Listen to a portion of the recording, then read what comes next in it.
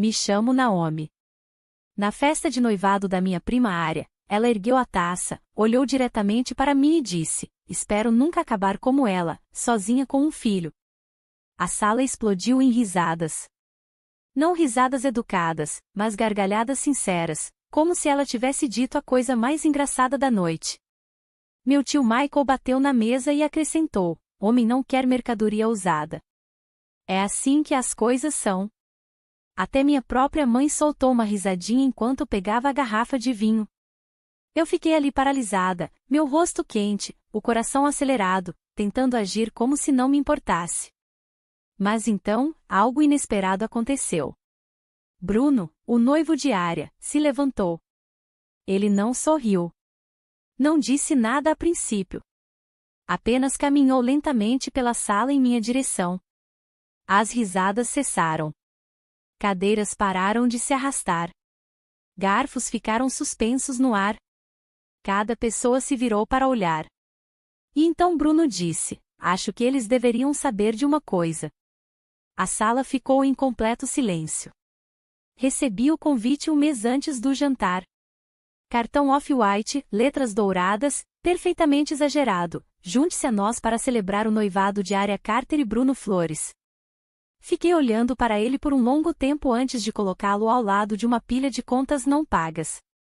Arya e eu não nos falávamos há mais de 6 meses, desde que ela fez uma piada em um chá de bebê sobre como eu colecionava fraldas e decisões ruins. Eu ri na época para manter a paz, mas aquilo ficou no meu estômago como uma pedra. Eu não tinha certeza se conseguiria passar uma noite inteira cercada por pessoas que ainda me olhavam como se eu fosse algum conto de advertência adolescente, mesmo tendo 34 anos, criando meu filho sozinha, trabalhando em 2 empregos e mantendo nosso pequeno apartamento funcionando com trabalhos freelancers noturnos e oração. Quase não fui, mas minha mãe me ligou 3 vezes na véspera.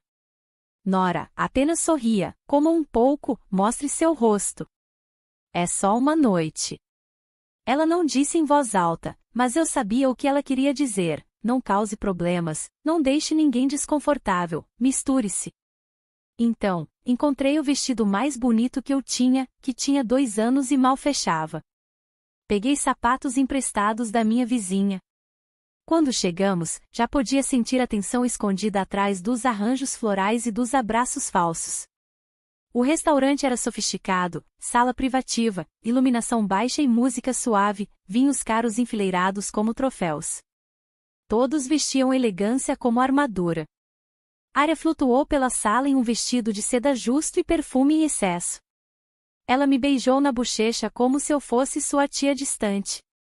Que bom que você veio, disse ela com um sorriso que não alcançava seus olhos. Trouxe acompanhante ou só o Daniel? Só o Daniel, respondi. Ah, ela disse, e se virou para cumprimentar outra pessoa. Daniel foi mandado para a mesa das crianças com um livro de colorir e hambúrgueres. Eu estava sentada perto do final da longa mesa coberta com toalha branca, entre minha mãe e minha tia Sofia, que passou os primeiros 10 minutos me mostrando fotos das fantasias de Halloween do seu cachorro. Varri a mesa com os olhos. Minha mãe parecia estar tentando ficar invisível desde que entramos.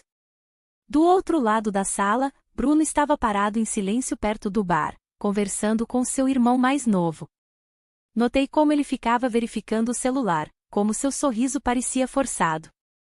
Era claro para quem era aquela festa. Arya estava radiante sob a atenção, trabalhando a multidão com um charme praticado. Ela sempre soube como fazer as pessoas rirem. Quando os aperitivos chegaram, minha mãe se inclinou e sussurrou: apenas mantenha a cabeça baixa. Você está bonita. Bonita. Não linda, não forte, apenas bonita. Como se esse fosse o maior elogio que ela poderia me dar. Assenti. Tentei aproveitar a comida. Tentei respirar através dos silêncios constrangedores e dos olhares ocasionais de parentes que ainda achavam que meu filho era alguma mancha na árvore genealógica.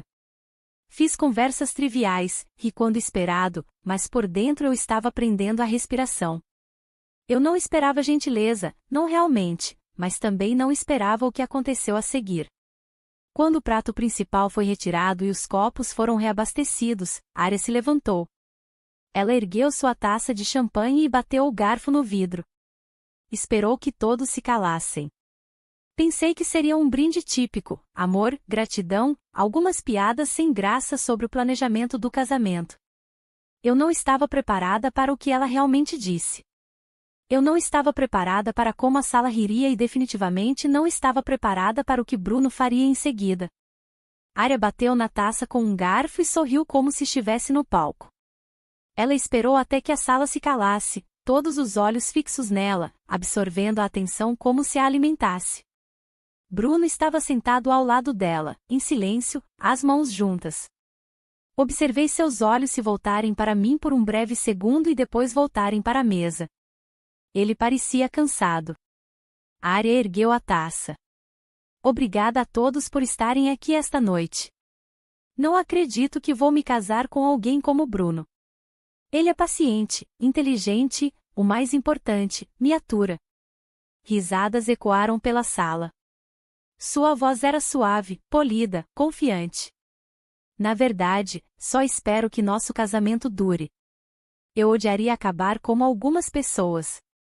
Ela virou a cabeça em minha direção, só um pouco. O suficiente. Houve uma pausa. Quer dizer, solteira aos 30 com um filho. Ela riu. A sala explodiu. Não algumas risadinhas sem graça. Risadas de verdade. Minha tia realmente limpou os olhos. Meu tio Michael bateu na mesa, tossindo por causa da própria piada antes mesmo de dizê-la. Homem não quer mercadoria usada, disse ele. É assim que as coisas são. Não dá para trocar um carro amassado e esperar preço cheio. Meu estômago caiu. Olhei para minha mãe. Ela deu um sorriso fraco e pegou sua taça de vinho. Eu queria sumir. Fiquei olhando para meu prato vazio, minhas mãos no colo, apertando o guardanapo com tanta força que ele se enrugou em um nó. Eu podia sentir cada olhar se voltando para mim. Não por tempo suficiente para ser considerado um confronto, apenas o suficiente para confirmar a piada. Eu era a piada. Pensei em Daniel, a poucos metros de distância, felizmente desenhando uma nave espacial em um guardanapo. Ele não ouviu. Não sabia que estavam falando da mãe dele como se ela fosse um vestido de segunda mão em uma liquidação. Tia Sofia se inclinou para mim e sussurrou, ó, querida, ela não quis dizer isso. Arya só gosta de atenção. Não era só atenção. Era veneno em uma taça de champanhe, servido com a sobremesa. Sentei-me mais ereta, recusando-me a deixá-los me ver vacilar. Minhas bochechas estavam queimando, meu coração batendo tão alto que mal conseguia ouvir a música de fundo. Olhei para Bruno novamente. Ele olhava para as mãos. Seu maxilar estava tenso. Ele não estava rindo. Arya continuou como se nada tivesse acontecido. Ela fez mais algumas piadas, desta vez sobre como fez Bruno se livrar do videogame e como ele nunca sobreviveria ao casamento sem ela. As risadas estavam mais baixas agora. Algumas pessoas pareciam desconfortáveis. Minha mãe mexia na pulseira. Ninguém disse nada. Essa foi a pior parte. Ninguém disse nada. Eles riram porque era fácil. Porque é mais fácil rir da mulher que não fez certo. Daquela que teve um bebê sem marido. Daquela que apareceu sozinha. Daquela que não sorriu o suficiente ou não entrou na brincadeira. Pensei em me levantar. Pensei em pegar Daniel, dizer algo afiado e sair. As palavras estavam na ponta da minha língua, algo como, pelo menos eu criei um ser humano enquanto você ainda estava postando fotos de biquíni para validação. Mas eu não disse nada. Engoli. Fiquei ali sentada e deixei o calor subir pelo meu peito e chegar aos meus ouvidos.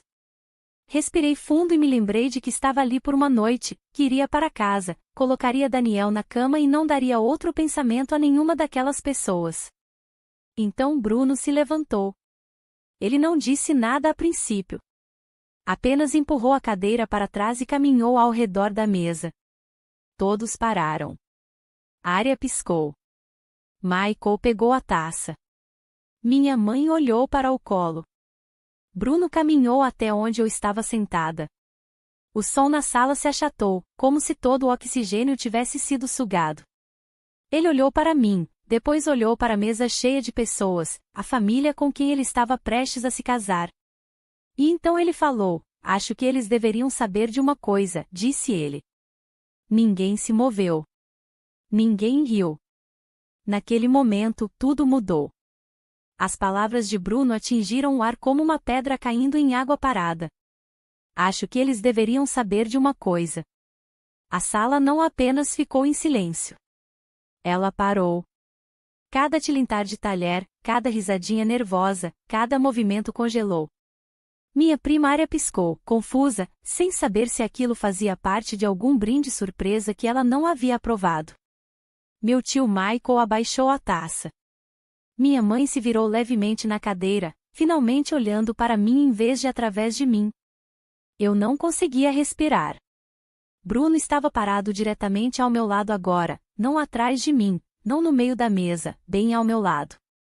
Perto o suficiente para que eu pudesse ver como seu maxilar estava cerrado. Eu esperava mais humilhação. Talvez ele fosse concordar com eles. Talvez ele estivesse prestes a dizer algo do qual eu nunca me recuperaria. Ele olhou para mim, não com pena, não com vergonha, mas com outra coisa, algo sólido. Então ele se virou para o resto da sala. "Acho que não posso ficar sentado aqui e deixar isso continuar", disse ele. Sua voz era calma, mas clara. Não alta, mas forte o suficiente para que ninguém ousasse falar por cima dele.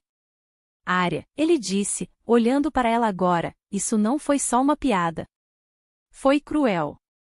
Ela abriu a boca, mas ele ergueu a mão. "Preciso dizer isso." Seus olhos percorreram a sala. "Vocês todos riem da Naomi como se ela fosse algum tipo de fracasso, como se a vida dela fosse algo a ser evitado.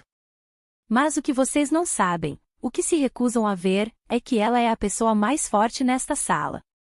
Meu coração estava martelando. Eu não entendia o que estava acontecendo. Podia sentir 20 pares de olhos em mim, mas Bruno nunca desviou o foco. Ele continuou: "2 anos atrás, quando eu estava em um dos piores momentos da minha vida, Sarah me ajudou, não apenas com dicas de emprego ou encorajamento, mas com apoio real. Ela me deu seu tempo, sua energia, sua bondade, quando ninguém mais nesta família sequer notou que eu estava lutando." As pessoas começaram a se mexer em seus assentos. O sorriso de Arya havia sumido. As mãos da minha mãe estavam apertadas no colo.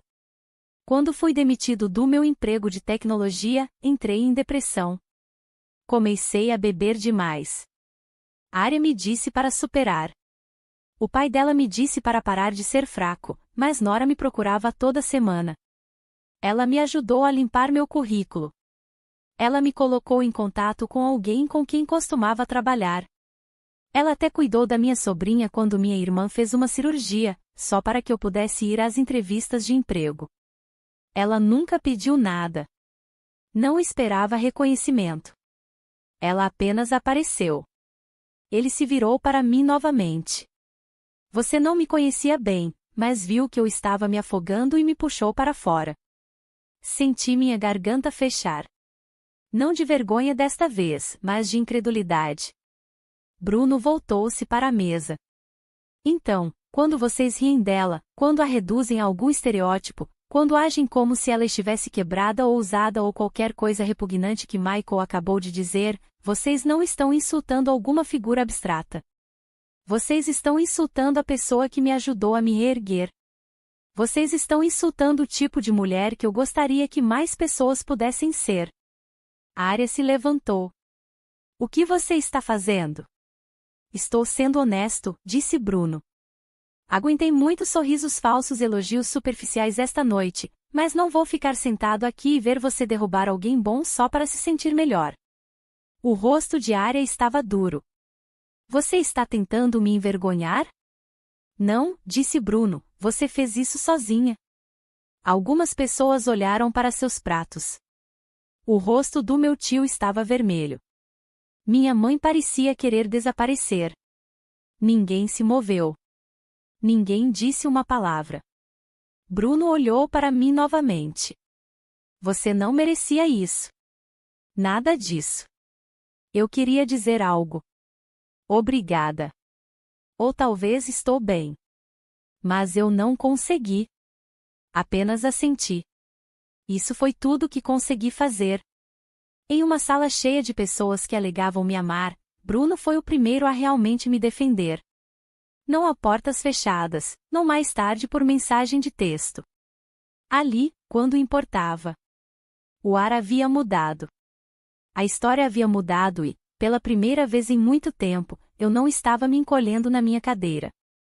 Ninguém se moveu. A sala permaneceu suspensa naquele silêncio denso e insuportável depois que Bruno terminou de falar. Eu podia ouvir o zumbido das luzes do teto. Em algum lugar distante, um garçom deixou cair uma bandeja. Ninguém riu. Ninguém ousou. Arya ainda estava de pé, olhando para Bruno como se ele a tivesse esbofeteado na frente de toda a família. Suas bochechas estavam vermelhas, mas não de vergonha. Aquilo era fúria, pura e cortante. Ela olhou ao redor da mesa, procurando alguém que a salvasse, que a apoiasse, que redirecionasse os holofotes, mas ninguém falou. Tio Michael se mexeu na cadeira e finalmente murmurou, ele só está emotivo. Não leve tão a sério. Bruno sequer virou a cabeça. Ele manteve o foco na sala. Vocês querem falar sobre emoção? Ótimo. Vamos falar sobre o que realmente é preciso para criar um filho sozinho. Para manter 2 empregos. Para aparecer por alguém quando não é conveniente. Isso não é emoção. Isso é força. Arya cruzou os braços. Você está tentando dizer que tem sentimentos por ela? Bruno olhou para ela como se não reconhecesse a pessoa à sua frente. Estou tentando dizer que a admiro. Eu a respeito. E talvez, se você gastasse menos tempo atuando à perfeição e mais tempo ouvindo, entenderia por que isso importa. As palavras atingiram com mais força do que tudo que ele havia dito antes, porque não se tratava mais apenas de mim. Era sobre a verdade. Era sobre alguém se levantar em uma sala cheia de pessoas que construíram sua autoestima em hierarquia e crueldade educada, e finalmente chamar aquilo pelo que era. Minha mãe abriu a boca e depois fechou. Ela olhou para mim com algo parecido com culpa, como um reconhecimento de que talvez ela também tivesse me falhado. Por anos, ela me disse para ficar quieta, para perdoar, para sorrir apesar de tudo. Talvez ela estivesse vendo pela primeira vez o quanto aquele silêncio me custou. Eu não esperava um pedido de desculpas. Não de Arya, não de Michael, nem mesmo da minha mãe. Eu não estava esperando redenção. Mas eu podia sentir a mudança. Algo se abriu. Então Bruno se virou completamente para mim. Ele não me tocou. Não pegou minha mão. Ele simplesmente ficou ali, com aquele tipo de presença silenciosa que parecia proteção sem possessão. Você merece mais do que isso, disse ele. Encontrei seus olhos. Não desviei o olhar. Desta vez não. Eu me levantei lentamente. Minhas mãos estavam firmes agora. Olhei ao longo da mesa e vi uma sala cheia de pessoas que passaram anos me definindo pela única coisa que desaprovavam, como se um capítulo da minha vida tivesse apagado todas as outras páginas. Vi Arya furiosa, mas em silêncio. Vi minha mãe finalmente sem palavras. Vi Michael tentando ignorar com outro gole de vinho, e não senti medo. Virei-me para Daniel, ainda felizmente desenhando naves espaciais na mesa das crianças, intocado pela tempestade. Ele olhou para cima e sorriu para mim.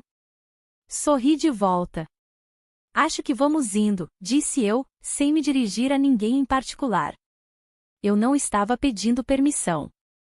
Caminhei até Daniel, ajudei-o a juntar seus lápis de cor e peguei o desenho que ele havia feito. Uma pequena nave espacial voando em direção a um sol com raios grandes e irregulares. Ele me entregou como se fosse ouro. Você se divertiu, meu amor? Perguntei. Ele assentiu. Nós vamos para casa? Sim, eu disse, nós vamos. Bruno deu um passo para trás, deixando-me passar, mas me deu um leve aceno de cabeça enquanto eu caminhava. Não era um adeus. Era uma mensagem: você foi vista. Você importou. Você não estava errada em se manter firme. Ao chegar à porta, olhei para trás uma vez. Ninguém mais ria. Arya estava sentada rígida em sua cadeira, os lábios franzidos em uma linha. Michael rolava a tela do celular como se nada tivesse acontecido. Minha mãe olhava para sua taça, seus dedos tremendo levemente. Eu não precisava de um pedido de desculpas. Eu não precisava de aprovação. Eu havia dito a verdade simplesmente existindo, não me encolhendo, não saindo envergonhada, e Bruno havia apoiado essa verdade na frente de todos. Isso era o suficiente. Abri a porta e Daniel colocou sua mão na minha. Saímos juntos, firmes, inabaláveis. O ar da noite parecia diferente no momento em que saímos. Não mais frio, apenas mais limpo, mais leve, como se o peso que eu carregava por anos finalmente tivesse se dissipado. Não porque alguém o tirou de mim, mas porque eu parei de fingir que era meu para carregar. Daniel saltitou um pouco à frente na calçada, cantarolando enquanto agitava seu desenho no ar como uma bandeira. Eu observei e pensei no que foi preciso para criar um menino que ainda era alegre, ainda cheio de luz, mesmo quando sua mãe havia atravessado o fogo para manter essa luz acesa. Eu costumava ver minha vida através das lentes do que havia perdido. O relacionamento que não durou, a família que nunca entendeu, a segurança que abandonei quando escolhi ter um filho sozinha. Por anos, deixei que suas vozes me dissessem o meu valor. Absorvi sua decepção. Vesti seu julgamento como se fosse meu para consertar. Mas ao sair daquela sala de mãos dadas com meu filho, senti algo mudar dentro de mim. Não raiva, não orgulho, apenas clareza. Eles não estavam mais rindo porque alguém finalmente disse a verdade. Não a história que eles construíram ao meu redor, mas a história que eu realmente vivi. Eu não precisava de um homem para me validar. Eu não precisava da aprovação da minha família para tornar minha vida real. Eu precisava de honestidade.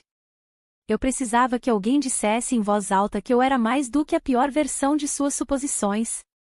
Bruno não me consertou. Ele não me resgatou. O que ele fez foi mais poderoso. Ele me viu. E ao fazer isso, não deu ao resto da sala escolha a não ser me ver também. Aquele momento não foi apenas sobre me defender. Foi sobre quebrar um ciclo.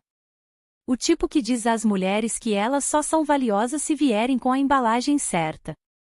O tipo que chama as mães de egoístas por serem sozinhas. O tipo que rótula a força como fracasso se ela vier sem um anel. Minha mãe me mandou uma mensagem mais tarde naquela noite. Uma frase: sinto muito. Não desfez nada, mas foi alguma coisa. Uma rachadura na parede. Talvez até um começo. Arya não entrou em contato. Eu não esperava que ela o fizesse. Eu não preciso do pedido de desculpas dela. Eu não meço mais meu valor pelo que ela pensa de mim. O que eu precisava era exatamente o que eu me dei: permissão para deixar um lugar onde eu estava sendo diminuída e sair inteira. Coloquei Daniel na cama quando chegamos em casa. Ele estava cansado, mas feliz. Ele não perguntou sobre o jantar. Não perguntou por que eu parecia diferente. Ele apenas se aninhou em seus cobertores e me disse que me amava antes de fechar os olhos. Sentei-me na sala, ainda com meu vestido, e deixei o silêncio se instalar. Pensei em todas as vezes que desejei ser invisível. Todas as vezes que tentei me fazer menor para não ofender, não envergonhar, não ser o assunto de julgamentos sussurrados. Chega disso. Eu caminhei sozinha o suficiente para saber que nunca preciso me desculpar por sobreviver. Eu criei uma criança gentil, curiosa e amorosa. Eu construí uma vida com garra, com graça e com um coração que continuou batendo mesmo quando parecia que ninguém se importava. Então, se alguém tentar rir disso novamente, eu não ficarei em silêncio. Eu não vou gritar. Eu não vou chorar. Farei exatamente o que fiz naquela noite.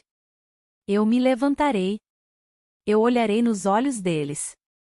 E eu sairei de mãos dadas com a única coisa que prova que eu já venci. Não porque sou perfeita, mas porque me recuso a desistir. Se você já foi aquela pessoa sobre quem falaram pelas costas, se você já se sentiu como a piada em uma história que nunca foi justa para começar, eu quero que você saiba de uma coisa: você não é mercadoria usada.